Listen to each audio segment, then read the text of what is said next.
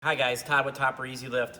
Hey, we have another solution too for you guys that have been using the Velcro. We have a rigid back Velcro you can get through us, and it's more of a permanent solution. We send some self-tapping screws with it, a little E6000 glue. Just follow the instructions. Pretty much just apply the glue on the side of your bed here and apply it on to the back of the rigid Velcro.